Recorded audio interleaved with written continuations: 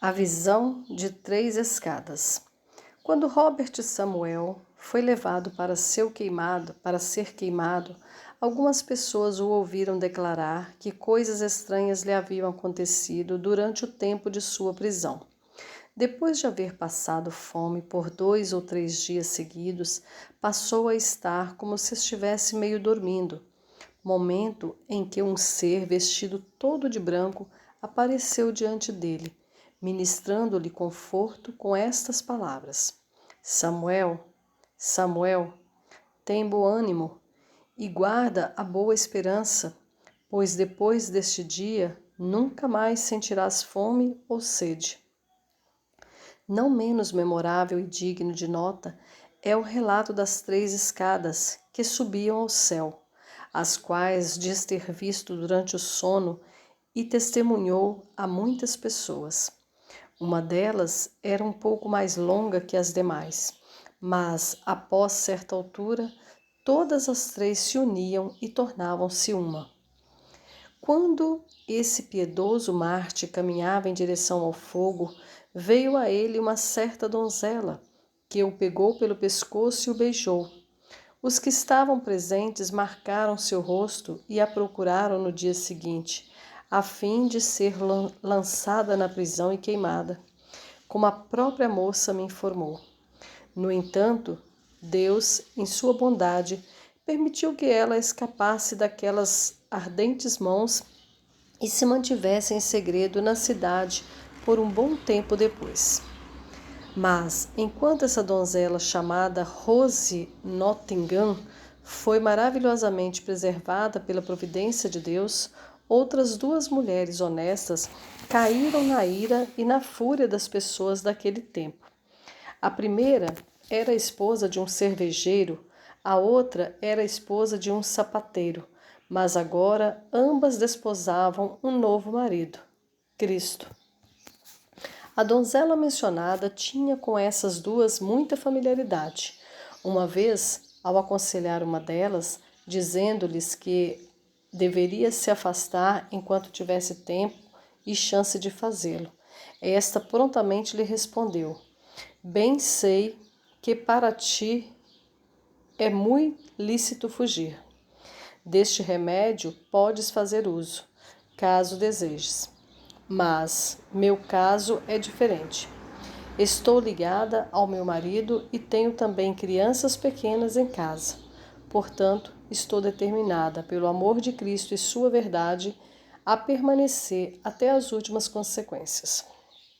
E assim, no dia seguinte ao sofrimento de Samuel, essas 2 pessoas, esposas piedosas, uma chamada Annie Potten e a outra chamada Joan Trunchfield, esposa de Michael Trunchfield, sapateiro de Ipswich, foram encarceradas na mesma prisão.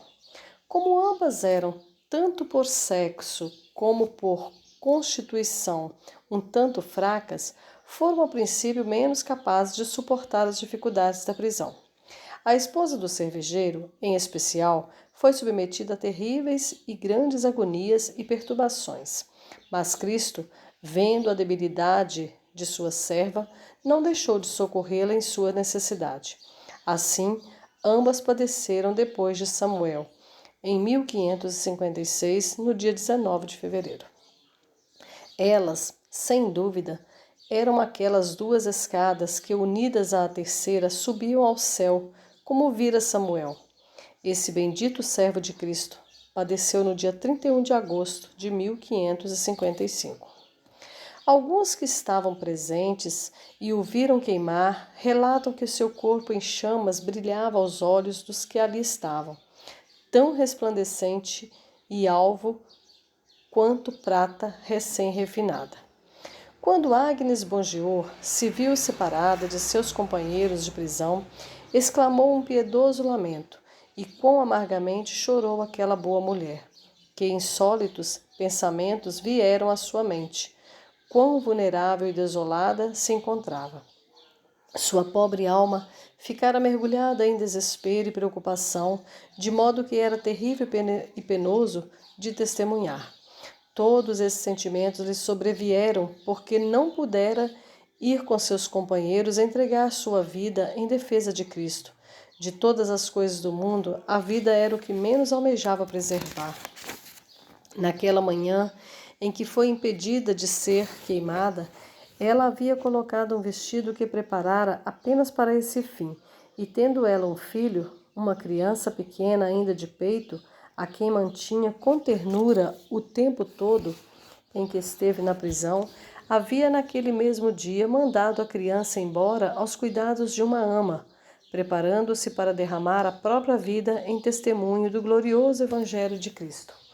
Tão pouco estimava a vida, e os dons de Deus operavam nela de modo tão sobrenatural que a morte parecia muito mais bem-vinda do que a vida. Depois disso, voltou a si e passou a se aplicar ao exercício da leitura e da oração, onde pôde encontrar consolo. Em pouco tempo, veio de Londres a ordem para queimá-la e, de acordo com o efeito de tal ordem, foi executada. Hugh Laverick e John Aprice. Aqui percebemos que nem a impotência da idade nem a aflição da cegueira são suficientes para desviar as garras assassinas desses monstros babilônicos. O primeiro desses dois desafortunados era da paróquia de Barking. Tinha 68 anos, exercia o ofício de pintor e era paralítico. O outro era cego, vivia na mais absoluta escuridão em termos de faculdades visuais, mas era intelectualmente iluminado com o brilho do eterno Evangelho da Verdade. Sujeitos inofensivos como esses foram denunciados por alguns dos filhos do fanatismo e arrastados diante do terrível prelado de Londres, onde foram submetidos a exames e responderam aos artigos que lhes foram propostos, como outros mártires cristãos haviam feito antes. No 9º dia de maio, no consistório de São Paulo, solicitaram que se retratasse e, diante de sua recusa, foram enviados para Fulham, onde Bonner, como sobremesa após o jantar, os condenou às agonias do fogo. Entregue aos oficiais seculares em 15 de maio de 1556. Foram levados em uma carroça de Newgate e Stratford Bow, onde foram atados à estaca. Quando Hugh Leverick foi preso pela corrente, não podendo mais fazer uso de sua muleta, jogou-a fora, dizendo ao seu companheiro Marte, enquanto o consolava: "Tem bom ânimo, meu irmão, pois meu senhor de Londres é nosso bom médico. Em breve ele nos curará a ambos, a ti da tua cegueira e a mim da minha paralisia." E afundaram no fogo a fim de subir à imortalidade. No dia seguinte, aos martírios mencionados, Catharine Hugh e Bocking, viúva, John Orrs, solteira, de Billerica, Elizabeth Trackwell, solteira, de Great Busterstead, sofreram a morte em Smithfield. A respeito de Thomas Dowry, devemos outra vez registrar um ato de impiedosa crueldade exercido para com esse rapaz, a quem o bispo Upper havia confirmado no Senhor e no conhecimento de sua palavra. Não se sabe quanto tempo esse pobre cavalheiro permaneceu na prisão. Pelo depoimento de John Paylow, escrivão de Gloucester, sabe-se que quando Dowry foi levado perante o Dr. Williams, então chanceler de Gloucester, os artigos de costume foram apresentados a ele para assinatura.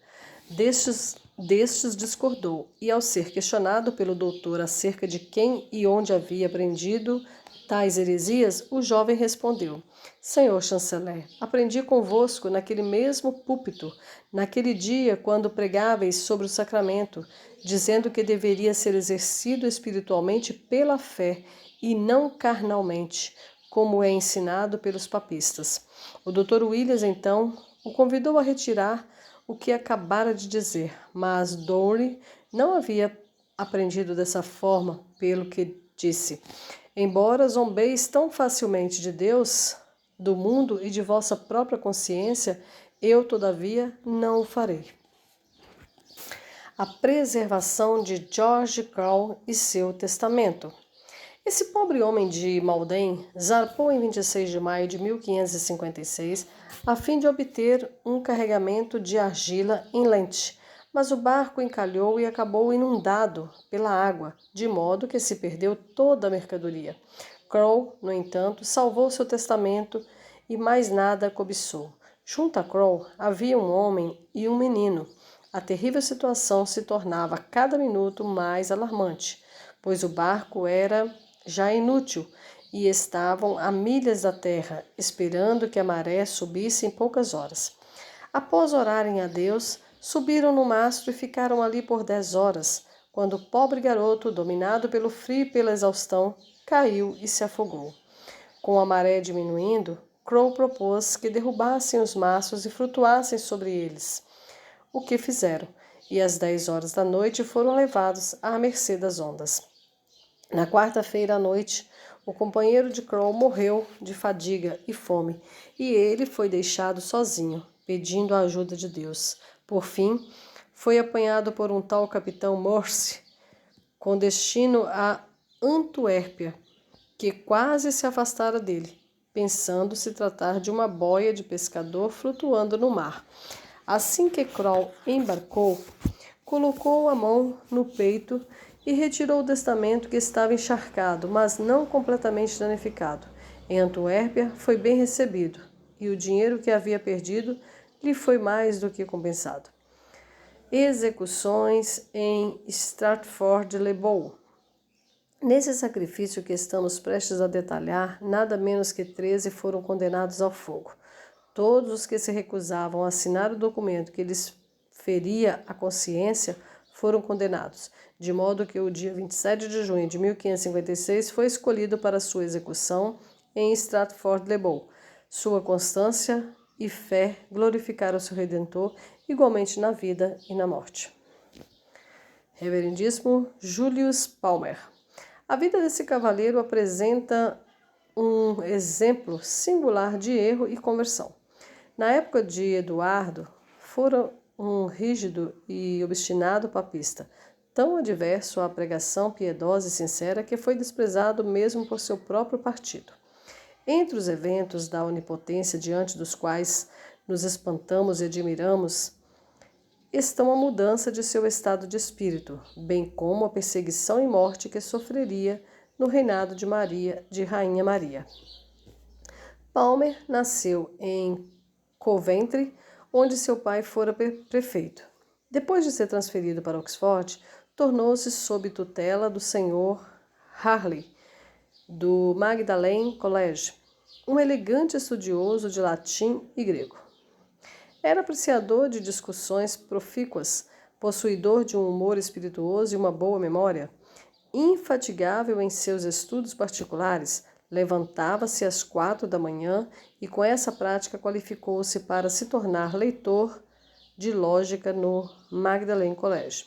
Nos tempos de Eduardo, no entanto, em que se favorecia a reforma, o Sr. Palmer era frequentemente punido por seu desprezo pela oração e pelo comportamento ordeiro e, por fim, foi expulso de casa.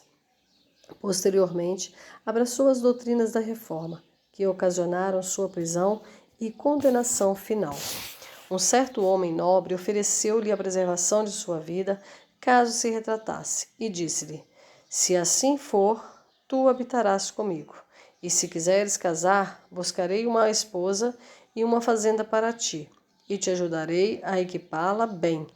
O que dizes? Palmer agradeceu-lhe com muita cortesia, mas com modéstia e reverência, concluiu que, como já havia em 2 lugares renunciado a viver por causa de Cristo, assim, com a graça de Deus, estaria pronto para se render e entregar sua vida quando aprovesse Deus fazê-lo.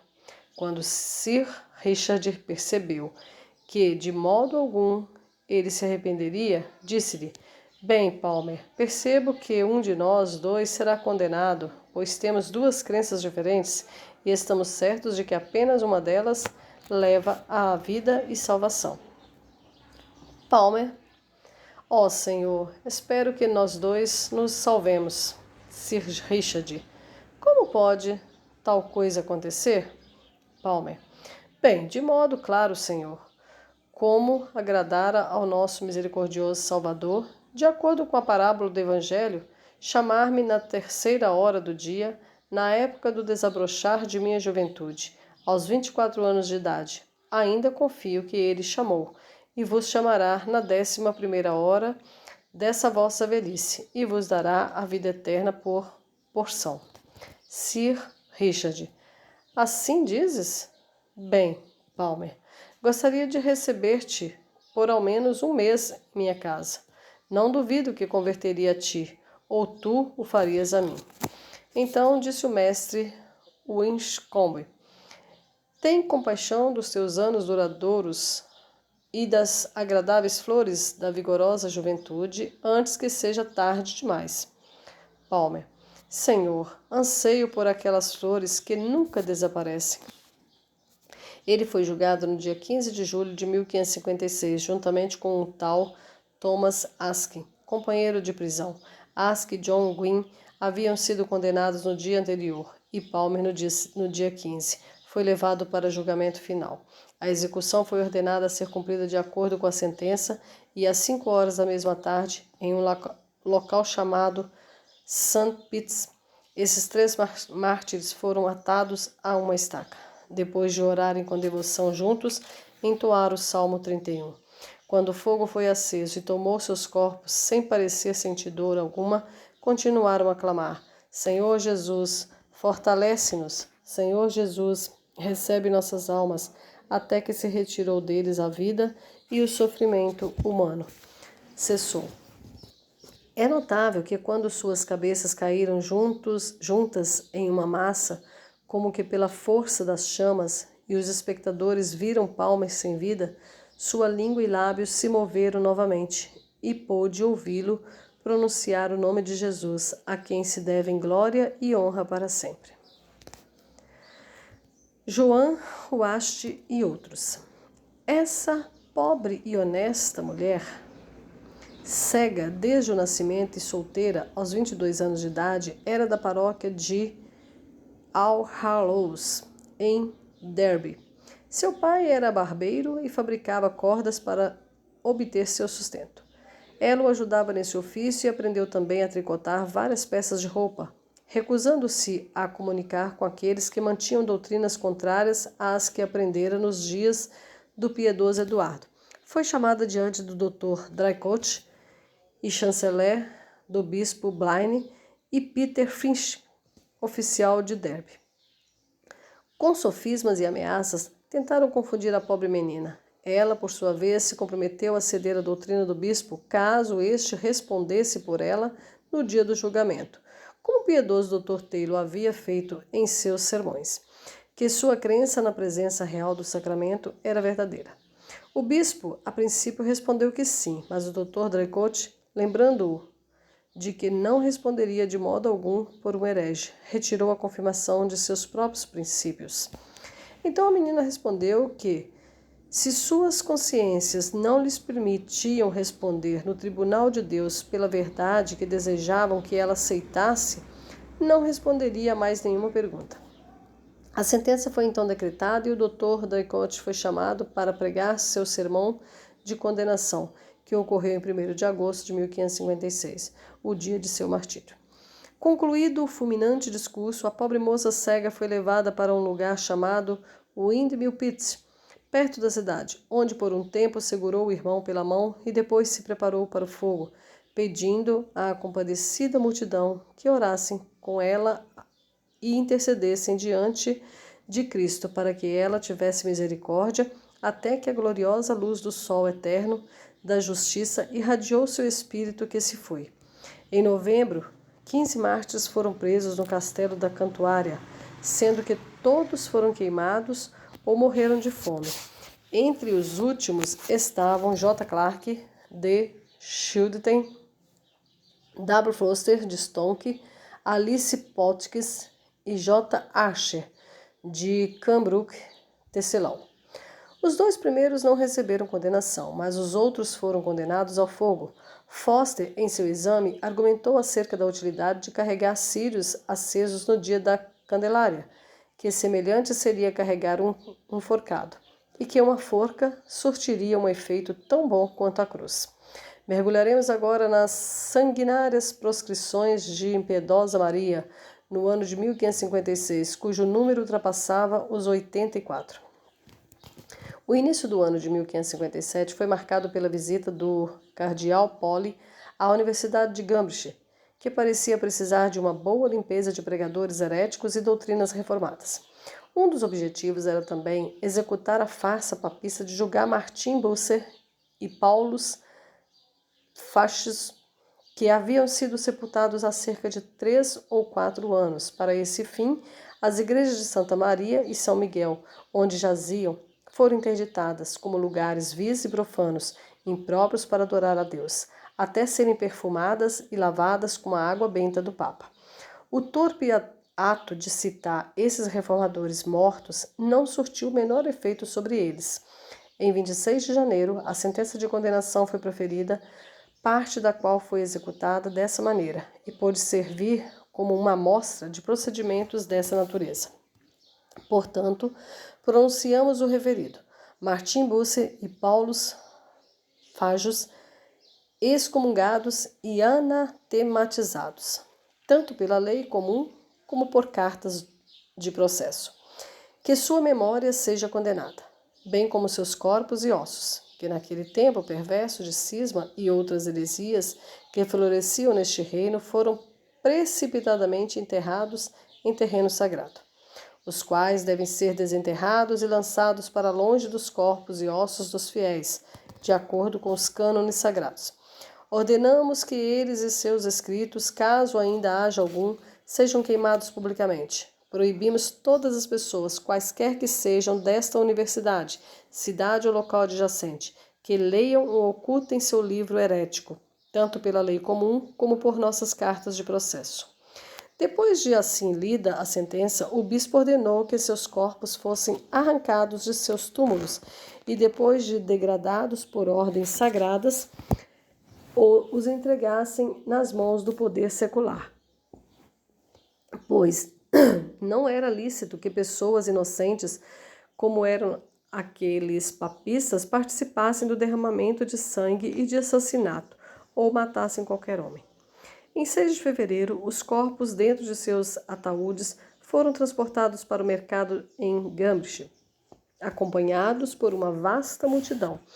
Um grande poste foi rapidamente colocado no chão, no qual os ataúdes foram afixados com uma grande corrente de ferro e amarrados em volta de seu centro, como se os cadáveres estivessem vivos. Quando o fogo começou a subir e atingiu os ataúdes, vários livros condenados também foram lançados nas chamas e queimados. Justiça, no entanto, foi feita com as memórias desses homens piedosos e instruídos no reino da Rainha Elizabeth. Quando o Sr. Ackworth, orador da universidade, e o Sr. J.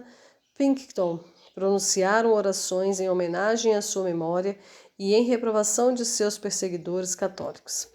O cardeal Poli também infligiu sua ineficaz ira ao corpo da mulher de Peter Mártir, que, por seu comando, foi exumado de seu túmulo e enterrado em um monturo distante, em parte porque seus ossos estavam perto das relíquias de Saint Fredewilde, uma vez tidos com grande estima naquele colégio, e em parte porque desejava purificar Oxford de vestígios heréticos, bem como Cambridge. No reinado seguinte, no entanto, seus restos mortais foram restaurados ao seu antigo cemitério e, inclusive, misturados aos do Santo Católico, para total espanto e mortificação dos discípulos de Sua Santidade, o Papa. O cardeal Poli publicou uma lista de 54 artigos contendo instruções ao clero de sua diocese da Cantuária, algumas das quais são muito ridículas e pueris para suscitar qualquer sentimento além do riso nos dias de hoje. Perseguições na diocese da Cantuária.